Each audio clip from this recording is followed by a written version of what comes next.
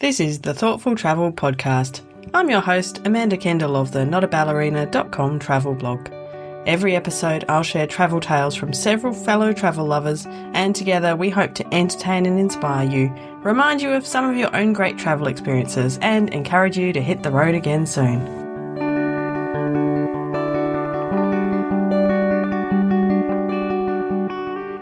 Welcome to my dear friend, Tess Woods. Thank you for joining me for this special book club. It is book club number 25, but this book club is a little bit different and special because it's the first time that we have covered a fiction book. But when I read The Venice Hotel last year, the one before, 2 years ago. Yes, Yeah. gosh. Then, I've been wanting to do this book club for that long. And we've finally got there because it was like a textbook novel for thoughtful travellers, as well as being a super entertaining, fabulous page-turning read. So that's why we're here. And I mean, it's kind of women's fiction, which is why I said to my regular co-host, Justin, I'm not going to ask you to read this. He was actually like, oh, no, I'll read it. But I'm like, oh, well, how about we just I don't want to push you. So Justin, if you're listening, I don't know if you read it in the end or not, but we'll have to chat. Welcome everybody, and welcome Tess, and thank you for coming to chat Venice with us. Thank you. If you're going to write a book, of course, every sensible novelist decides to take a trip as well if you're going to write a book somewhere cool. So let's start with that. Tell us about your experiences traveling to Venice. Well, I was a little bit stupid and I set my first 3 books in Australia, which was just such a dumb move because then you don't get any free travel. Well, it's not free. It's tax-free travel. And I have always been obsessed with Venice, since I was a child. And for one reason or another, mainly, no money and having children, I didn't actually get to Venice until I was 41 when I went there for the first time. And it was while I was there that I actually got a contract with a literary agent. So it was amazing. I didn't know this. Oh, wow. Yes, so it's extra special place for you. Yeah. Yes. So I was in Europe. I got this contract with the literary agent and I promised, I didn't know if I'd get a publishing deal. It was just, an agent's going to show my debut novel to publishers. So I promised myself that if I actually did get published, then I would one day go back to Venice and research a story there. So I did get published. This was in 2014 that I was in Venice for the first time. And so then at Christmas of 2017, I went back for the purpose of research and spent a week there between Christmas and New Year. So that was when I did the bulk of the research for the novel. Tell us what kind of things you did during that week in Venice that are things that end up in the novel. Like what could you have not had in the novel without that trip? Oh, look, do you know what? Probably almost everything. And the way that I did my research was very haphazard. I'd never gone somewhere before to research a novel, and I had absolutely no clue what I was doing. I've since seen other people like our friend Sasha Wasley, go to libraries and look at files, and I'd just zero, none of that. So I went and I just talked to people, and I didn't stop talking to people for the whole week. So I found as many locals as I could who were prepared to talk to me. And I spoke to, gondolieres, I spoke to restaurant owners, hotel owners, artisans, Uber drivers, everybody that I could find, tour guides, and interviewed them. And then a lot of my research was just, taking photos and videos of all the little, we got lost in Venice, we didn't stick to the main touristy areas and went nice and deep. So lots of videos and photos that I was then able to look back on. And it really changed the shape of the story to make it this thoughtful travel story. Shamefully, that is not the story I went to write. So I went to Venice wanting to do a foodie kind of travel. I had the idea of a food writer who was going to go to Venice and fall in love. And it was kind of more a romancy food story. And when I got there and I was talking to locals, there wasn't a single local who I spoke to who didn't bring up the climate catastrophe and the environment and the over tourism and that Venice is sinking, all of that. And every time I told anyone I was writing a book, they were like, "Great, are you going to say this in your book?" So no one was really interested in talking about anything else. And I was trying to talk to a gelati maker about his gelatis, and he's just pointing across the road and going, that house used to have 3 steps and now you can only see 1 step. And, that is what they're thinking about. So when I came home, I had to really rethink my story because I felt like it wasn't going to do any justice to the locals, and a lot of things that I had no idea about when I went. I was so ignorant about so many things, and I didn't know how harmful Airbnb was, and just things like that I discovered when I was there. So that I wanted to try and put forth in the story. I mean, it's long enough ago. You say 2017 was that trip? Did Yeah. you say? Yeah, that a lot of us didn't know about any of those things. It wasn't really, in much mainstream media. So it's certainly not just you. How did you find the locals? Obviously, it sounds like you chatted with many, many locals. Yeah. Did you just bowl up to them in the street, or did you prearrange some? Yes. You really? Yeah. No, there was no prearranging. I didn't know anyone there, but so I just went up to people and I spoke to them. If I was on a gondola, I spoke to the gondoliere. If I was in when we were in the car, I spoke to the Uber driver, like just things like that. And then, just going in to find people who are working in restaurants, artisans, hotel owners, and really just, did get told, bugger off a few times. Then there were lovely people who spoke to me as well. Yeah. I'm sure some people were just busy. I'm sure otherwise they would have loved to chat. But and Well, did they you would always just say, like, "Hey, I'm writing a novel, and can I talk to you?" And they're many of them are happy to just tell you more. happy to chat. Some of them called me a stupid American, but Oh no, nice. that is unfortunate. Just because you were speaking English. Oh well. Okay, no. So you've covered a lot of touched on a lot of thoughtful travel themes, and we're going to come back to some of those during our chat. The one that I wanted to start with was obviously it's the hotel is a key part of the Venice Hotel. It's in the title. Yeah. It's on the cover. And I think one of the great ways to be a thoughtful traveler is to stay somewhere which is a little bit different. It's not a big chain hotel. Yeah. It's small enough that you get to know, some of the staff, or even in this case, some of the other guests. So, tell us more about the hotel of the Venice Hotel and how it all came to be. Funny because the hotel that I based the Venice Hotel on is actually based on a little hotel in Bologna, not in Venice. Because when I was in Venice, I did get a bugger off with the interview. So in Bologna, I was much more able to, and it was Rocco who is the character in my book, who was the hotel owner's son at the hotel in Bologna. So he then got the character named after him. So we stayed in this gorgeous little hotel called Hotel San Mamolo, which had no escalator and 5 floors. And we checked in, and this gorgeous man climbed the 5 floors with a pot of tea and some cake to welcome us. And that is the kind of stuff that you just do not get at a big chain hotel. No.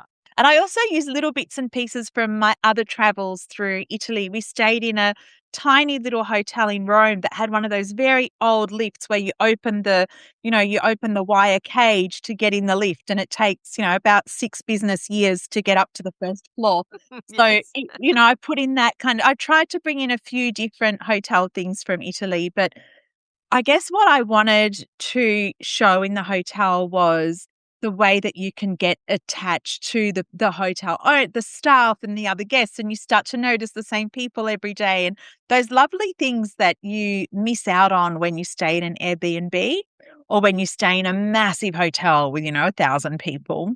But more than that, it's just so good for the local economy. You're feeding a family, and sadly, there are very, very few Venetians who still live in Venice. don't know what the exact statistic is now, but it's really not many at all. They've all been priced out of their homes. So the ones that we can keep there, isn't it great to try and keep them there by staying in their home? They live on the premises, and just to be able to support a small family business, I think, is one way that we can give back to this beautiful city. Yeah, absolutely. And I think that applies wherever we go. It's not only like a nice way to support the local people, but you inevitably get, as you say, like a much more memorable, lovely experience. Yeah, So, yeah, yeah, yeah, yeah. yeah. And you get some insider, knowledge about the area, and they tell, oh, look, don't go here. This is going to be a waste of time. Go here instead. That kind of stuff that you also would not get from, going online and looking things up. Yeah, absolutely. And also your characters stay for a more significant chunk of time than Yeah, many people do on a trip, 1 or 2 nights here, but they're staying there for like almost 2 weeks. And that's, I mean, that's the ultimate, isn't it? Because you really yeah. do get to know a place. Yeah, yeah, absolutely. And we stayed, I think we were in Venice for 10 days when we stayed. And it was just, by the end of it, it felt like we'd been there for a month. Like you just really start to get into I guess the routine and pattern of every day when you're staying in this one small place. So I think that there's just really lovely kind of rhythm to that as well when you stay somewhere for a little bit longer. Yeah, absolutely. I know it's not always possible, but when you can, it's every Mm. time I've managed to do it, you just feel so, you pop out and you go to the same coffee shop a few times and you get to Yeah, know yeah, people and then that's you have a right. favorite dish or something and Yes, it's just like absolutely. it's All those lovely lovely. things. Yes, Yeah. and Yeah. it's astounding to me that 75% of tourists don't stay overnight in Venice. So Not even oh, three wow. quarters, yeah, Not even a three single quarters, night. no, three quarters of the people who visit Venice do a day trip. So they're not supporting the hotels. They don't eat there. So they're not in the restaurants at night. They're giving really very little to the local economy. And yet, all of their footsteps, their millions and millions of footsteps on those ancient pavers are just cracking the pavers and helping that city sink a little faster. Oh, it's tragic, isn't it? It Yeah. really is, Ugh. yeah. And what they're missing out on, because they really just see San Marco and leave. They don't see anything else of Venice. Yeah.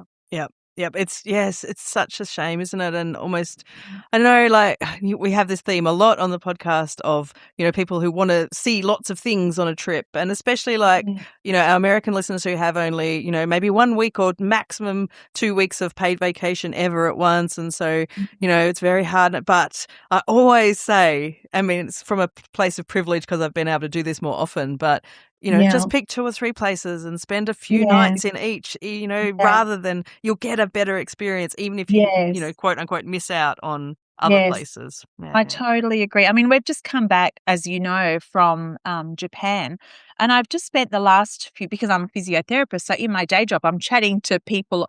I've just spent the last few months just saying, no, I didn't see that. No, I didn't see that about Japan, because I think people think you're going and you're going to see every site that there is to see in Japan, whereas we were there for 2 weeks, but we only saw three places. Like we only stayed in, it was 2.5 weeks, I think, and we stayed in three areas, and that was it. That's all we saw. Yeah. But I've just come back thinking I saw so much of Kyoto, which was just beautiful. And so I haven't seen all these other things, but it was lovely to just, spend some time in one area. Yes, yes, yes. I Yeah. think otherwise you're tired. Mm. All the places start to meld together. You can't remember what's Yeah. what, and yeah. Yeah. Yeah. So, yeah. Yeah. Now, next on my list is that I enjoyed that you highlighted some kind of like I don't want bad tourist behavior.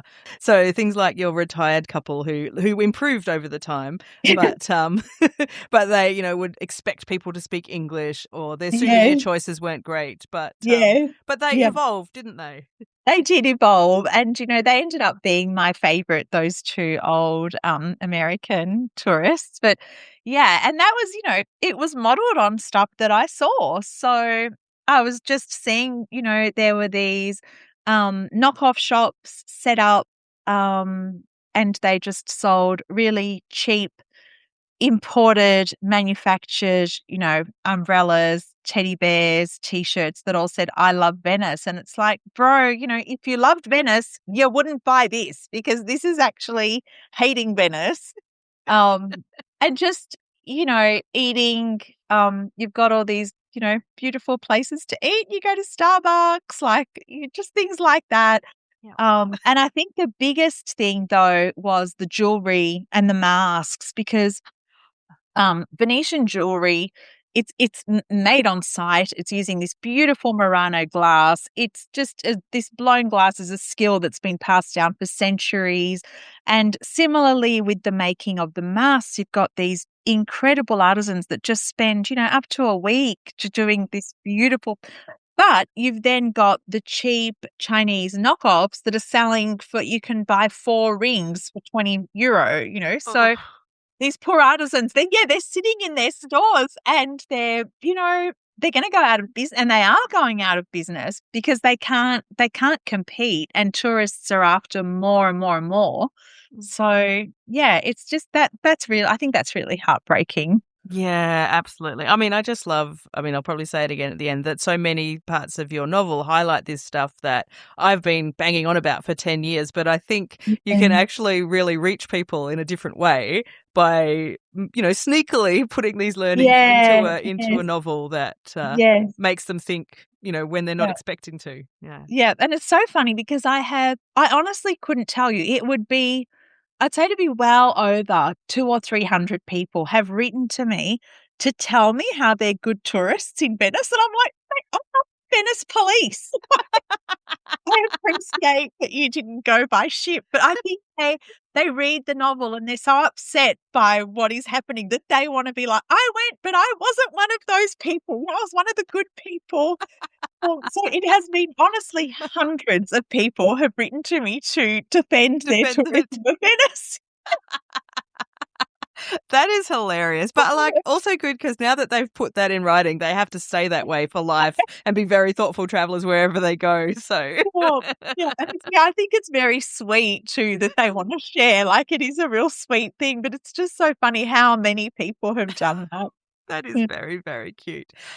Okay, now, as you said, you started off thinking it was going to be a foodie kind of story. I mean, and it still is. So there's heaps of amazing food throughout the novel, and I'm curious because it made me, like I really loved though. I'm not really a foodie, but I mean, like I like to eat, but I don't know much about foodie stuff. But it was just made my mouth water. It was like amazing. So, how did you, or how have you learned over the years to write like really authentically about food? Do you just taste it, and how does it all happen? Yes, I think it is. I think it is just from my very deep love of food myself. I didn't, I again, like my first 3 books, really, I wouldn't even know if there's a food scene in any of them. It wasn't something that I was writing about, but this book, I thought, it's Italy.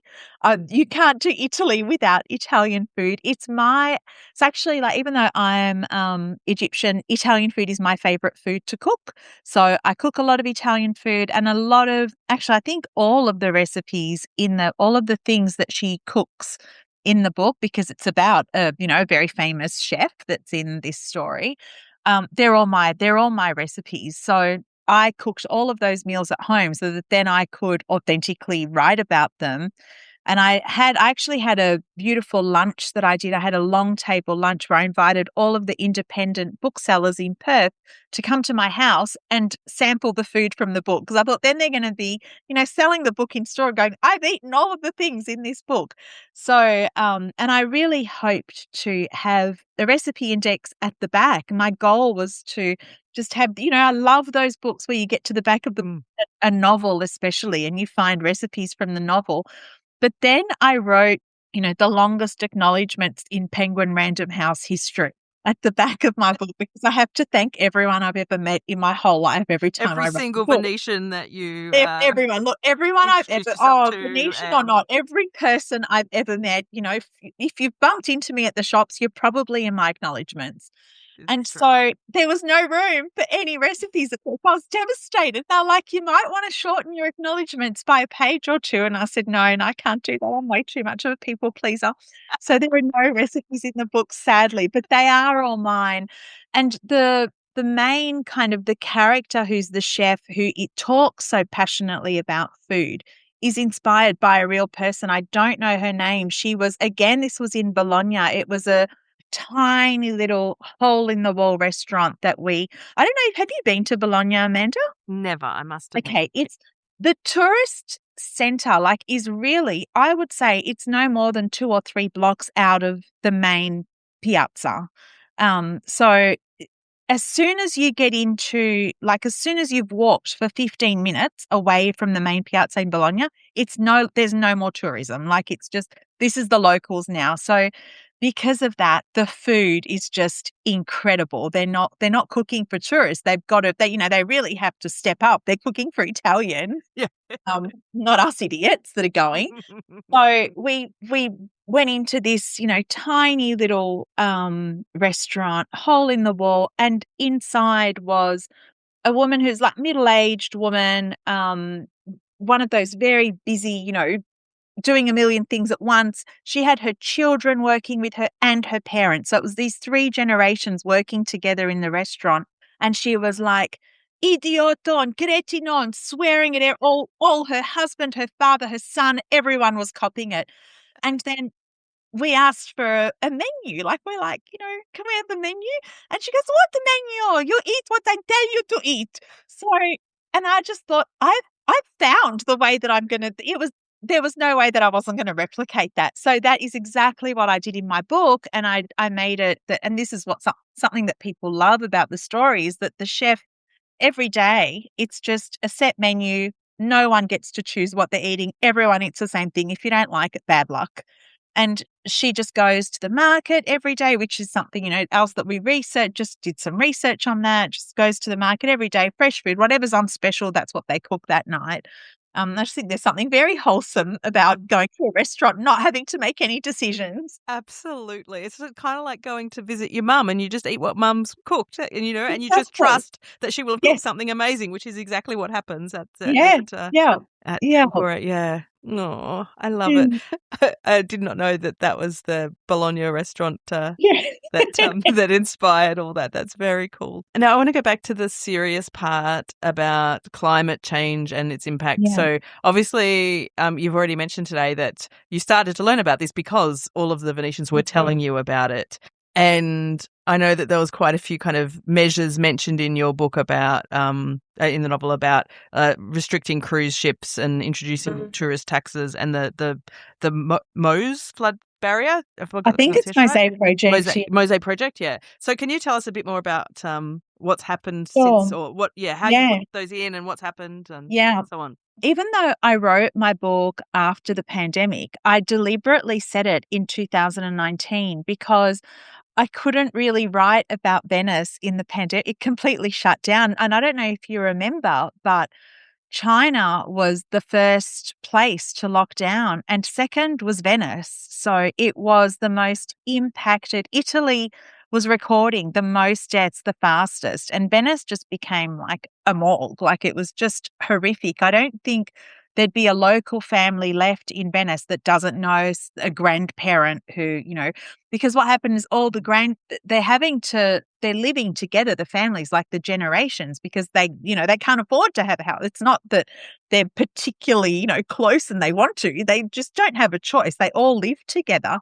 So all the kids were going to school and bringing COVID home to the grandparents. So I had to set the story in 2019.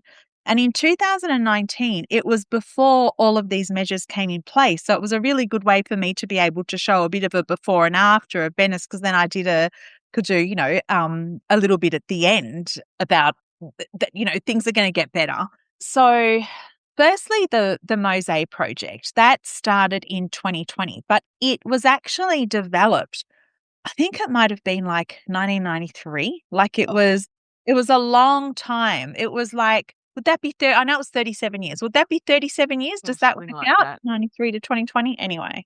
I think better at storytelling than I am at maths. Whatever it was, 37 years. Oh, that's 27 years. Is it? Okay, so, maybe so even longer. So 83 or something. Yeah. Wow. And this is the barriers to water. So they're deep underwater. Yep. They're floodgates. So they are filled with water to stay down, And then when there's a flood, they let all the pressure out and they bounce up.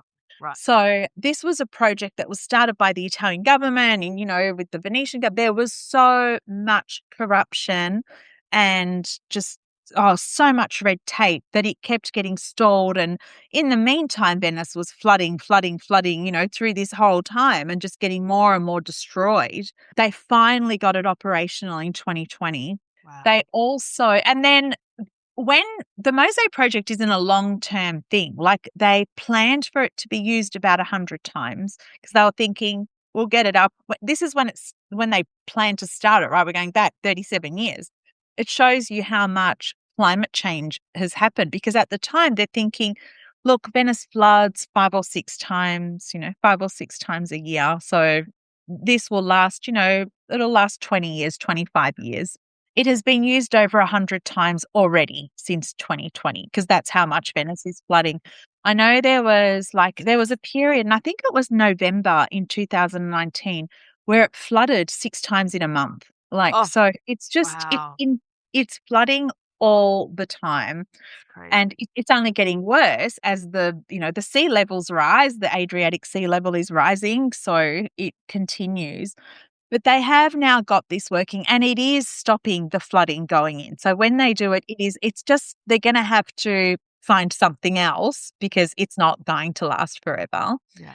And I mean, the Adriatic sea levels will keep rising. It's not just up to the Venetians this is like a whole global, I was actually thinking about it, just watching the footage of Iran and the bombs when I just was thinking, oh, the Venetians. Like that was just a thought that I had because, here we are trying to do the, drink with a paper straw and this is but the this is bigger what's happening. impacts So really it absolutely. needs a big global reset for those sea levels to stop rising. But they really are doing the best they can. And I actually think a lot of it came because of the pandemic, because the pandemic was like breathing space for Venice. Yeah. And it was a bit of a reset. They had absolutely no visitors outside of Italy for so long.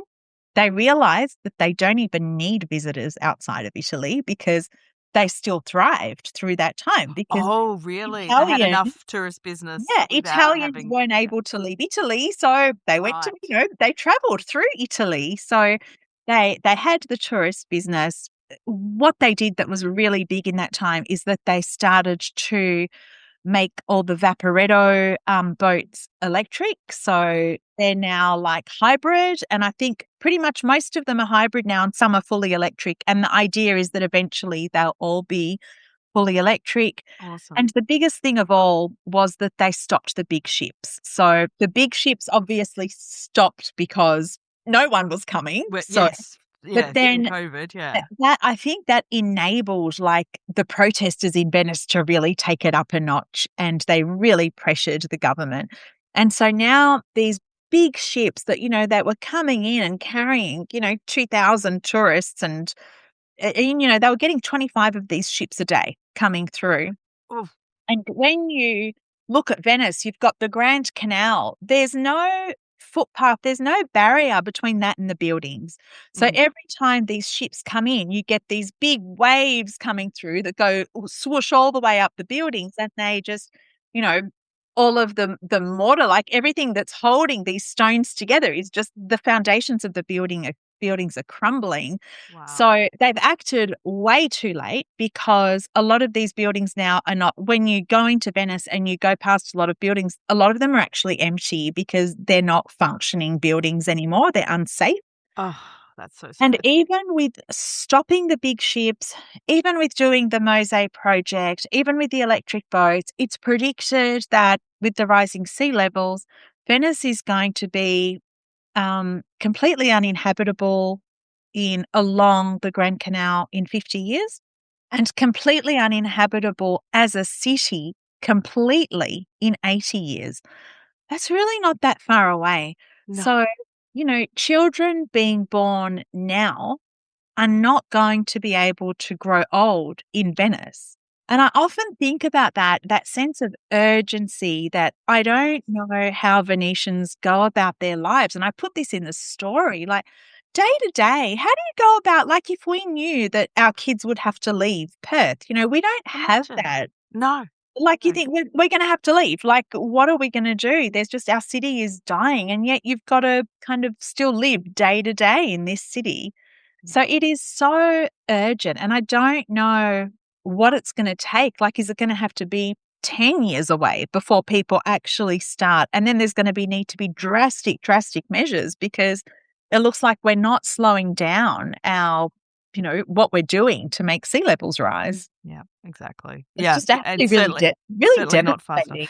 It's horrifying, isn't it? And it Yeah. feels like, it sounds horrible to say, but it's almost as though a city like Venice, which would be kind of one of the first, big tragedies of climate change, it almost is like it might have to happen before enough people care to change things. But And it's imagine when it's a city like heartbreaking. Venice, it's like a city like no other. It's, it's a Yeah, and unique. it's gone, and you can't Yeah. go there anymore. Like, it's Oh.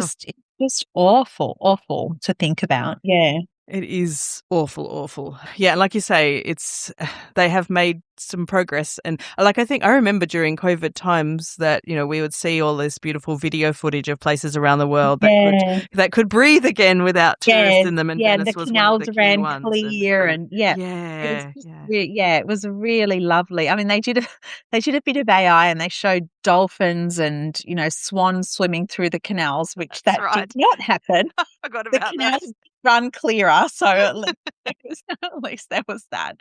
And I think Venice has got very, very passionate environmental crusaders that live there too. So they have just, they've really done they've done the work for all the rest of us, the local.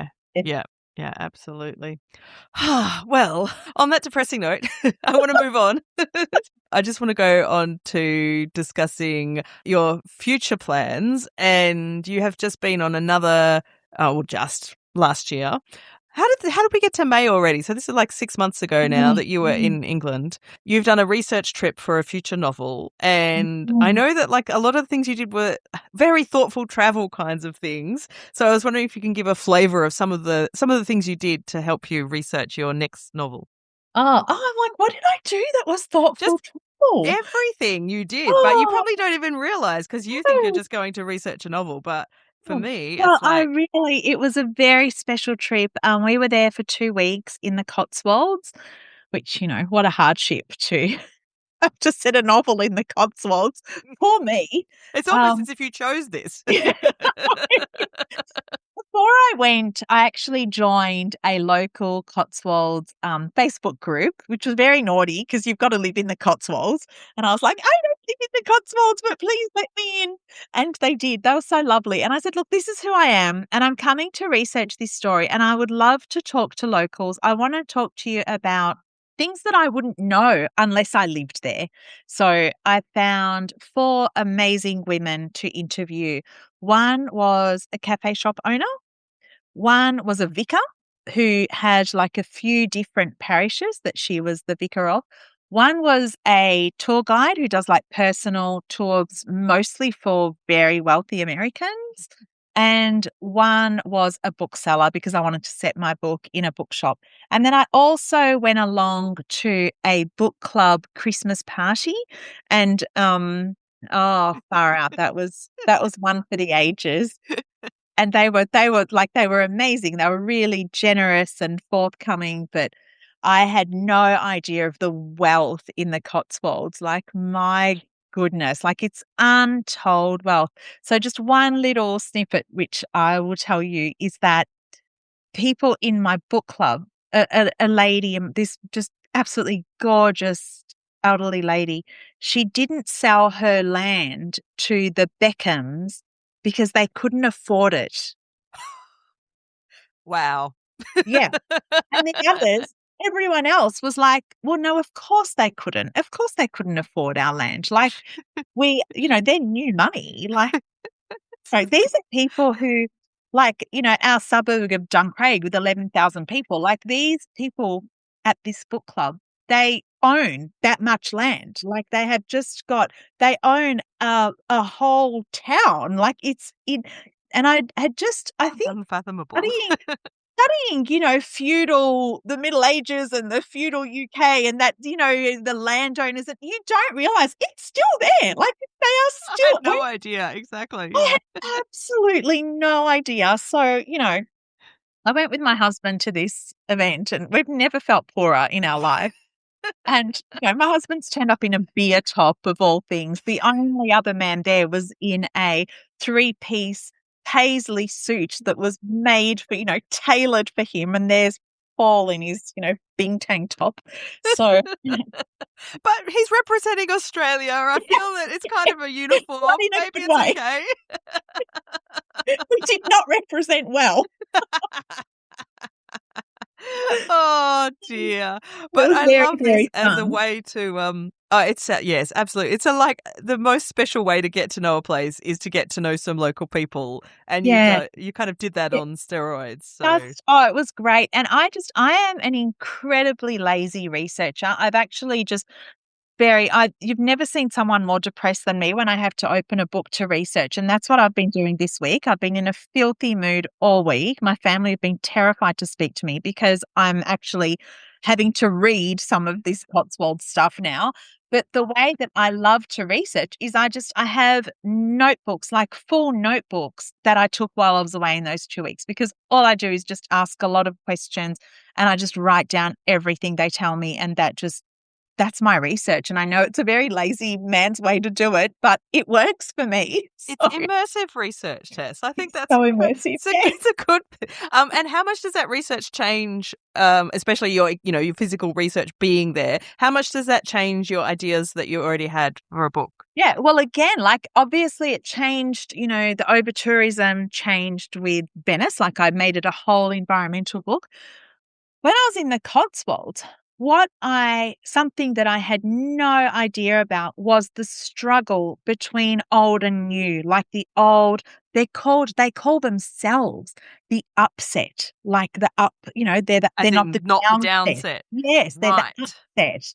And Wow. so this is They people call like, themselves that, did you say? yes, like they are the upset. So it's people like David Cameron, Jeremy Clarkson, like they live there and they have this group of friends that they're all inherited, they're just old money and they're just very, very wealthy. They want to keep the Cotswolds, and perhaps rightly so, the way it is.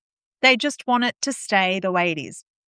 You've then got a lot of young business owners who actually want tourists to come into the area so they can make money. But this upset are very powerful and they are blocking tourism. So what they've done, for example, where we stayed kind of a little bit out of Bourton on the Water.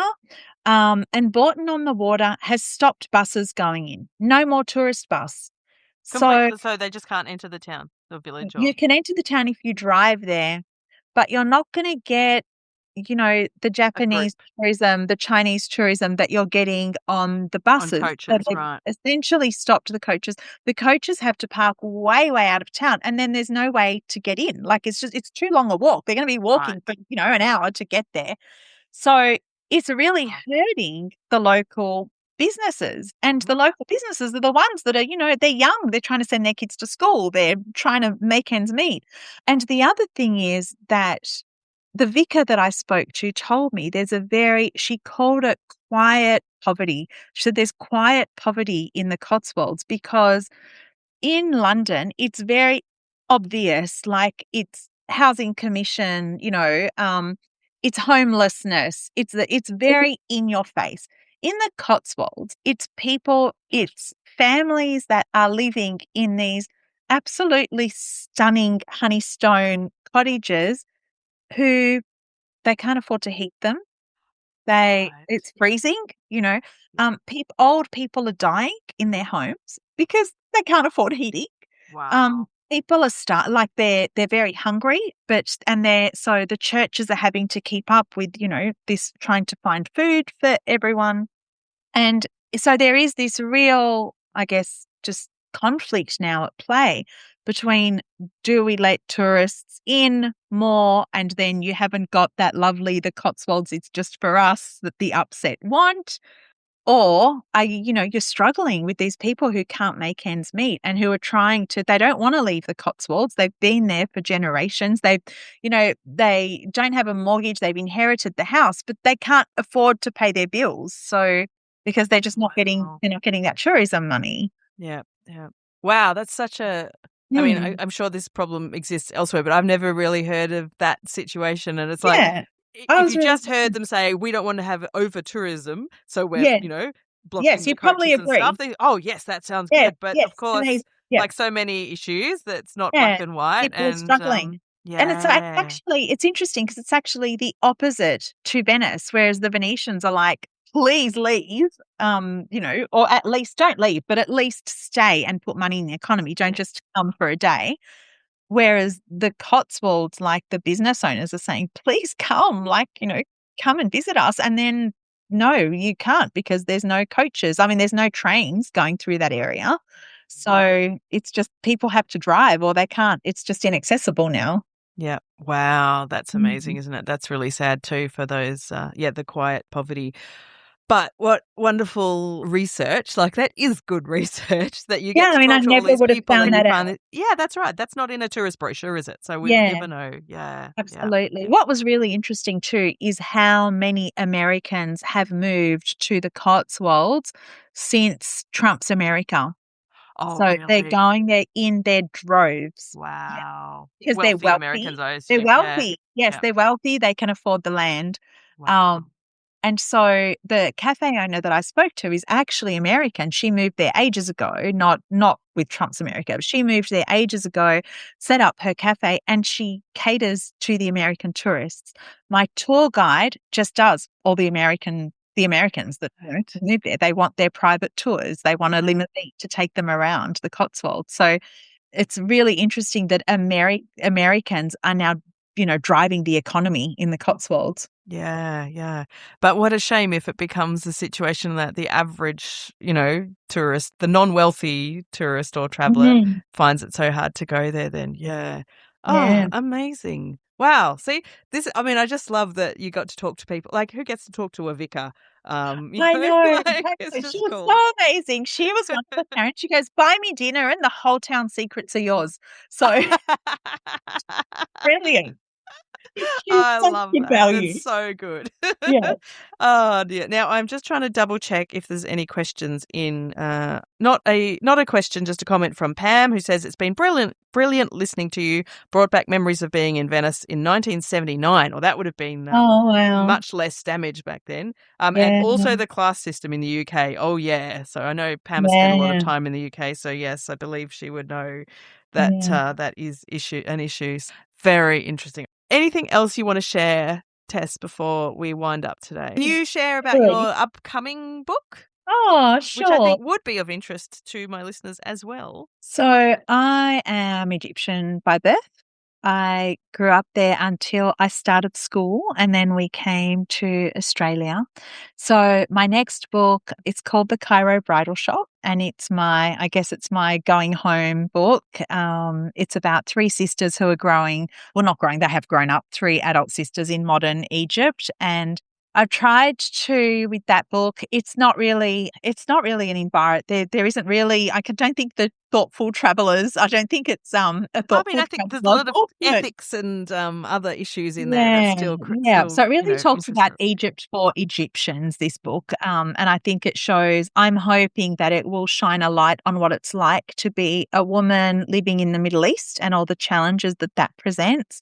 A lot of people aren't aware of what the Egyptian government is like.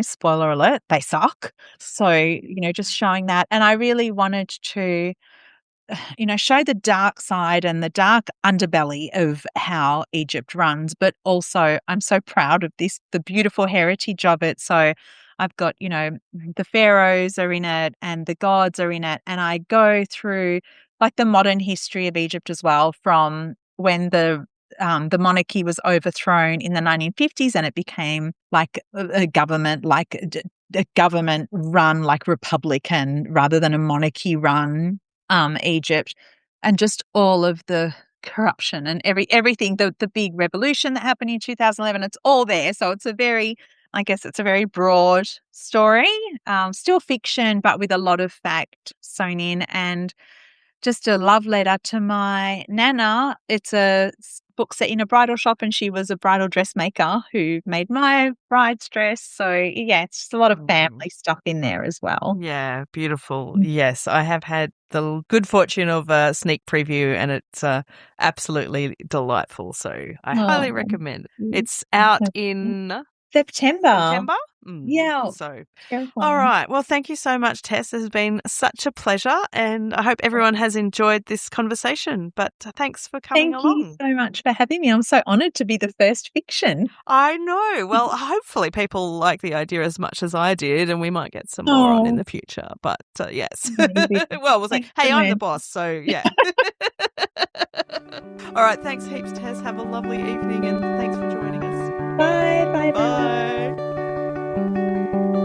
This has been another episode of the Thoughtful Travel Podcast.